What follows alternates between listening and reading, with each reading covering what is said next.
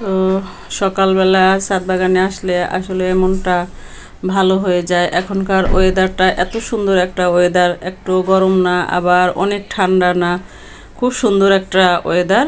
আসসালামু আলাইকুম ভাইয়া ও আপুরা, কাছের এবং দূরের, দেশ এবং দেশের বাইরের যে যেখান থেকে বসে আমার এই ভিডিওটা দেখছেন, আশা করি সবাই অনেক বেশি ভালো আছেন, সুস্থ আছেন, ইমানের সহিত আছেন। আমি আলহামদুলিল্লাহ আল্লাহর রহমতে সবাইকে নিয়ে অনেক ভালো আছি। চলে আসলাম ছোট্ট আরেকটা ব্লগ নিয়ে, আশা করি সবার কাছেই ভালো লাগবে। তো সকালবেলা একটু ছাদ বাগানে আসছিলাম, মনটা ভালো হয়ে গেছে। বাচ্চাকে দিয়ে আসার পথে আমি স্বপ্নতে গেলাম, কেন গেলাম সেটাই আপনাদের সাথে শেয়ার করতেছি, দেখতে থাকুন।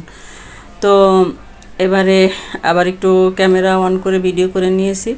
অন্যান্য শপিং মলে গেলে বলতে থাকে ক্যামেরা বন্ধ করেন, ক্যামেরা বন্ধ করেন, কিন্তু আমার বাসার কাছে স্বপ্ন আউটলেট, এটাতে গেলে ওরা আপত্তি করে না, আমি আমার মনের ইচ্ছা মতো ভিডিও করে নিতে পারি, যেটা সত্যি কথা। অন্য জায়গায় গেলে ওরা বলে যে ম্যাডাম ক্যামেরা বন্ধ করেন, ক্যামেরা বন্ধ করেন, তো আর ভিডিও করা হয় না। যাই হোক, আমি তেলের জন্য আসছি।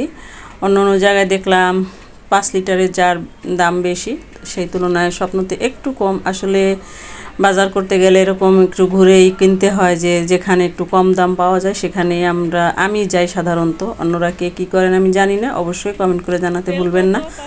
তো আমি 5 লিটার একটা জার নিলাম, আর সেই সঙ্গে ভিডিও করে স্বপ্নের আমার বাসার কাছের যে আউটলেটটা, ওইটাও আপনাদেরকে একটু ঘুরিয়ে ঘুরিয়ে দেখালাম।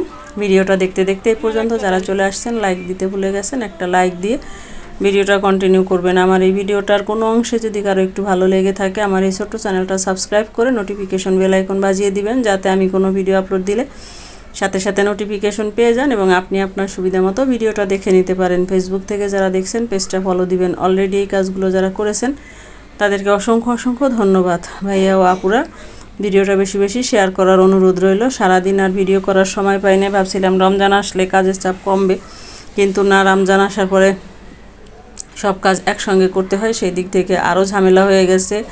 সকালবেলা গ্যাস থাকে, বিকালবেলা গ্যাস থাকে না, একদম মানে একটা পেরেশানির মধ্যে পড়তে হয়। তো যাই হোক, দিনের কাজ সেরে ফেলছি। আমি একটু ইফতারির মানে পানি মুখে দিয়ে আবার আসছি ছাদ বাগানে।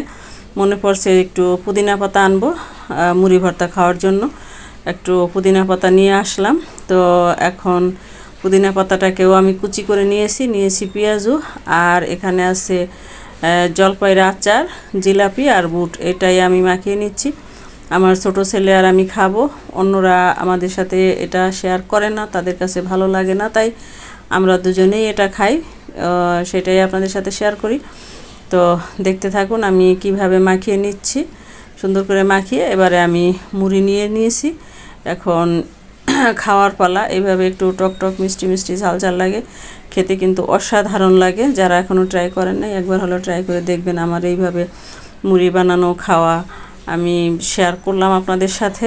আল্লাহ।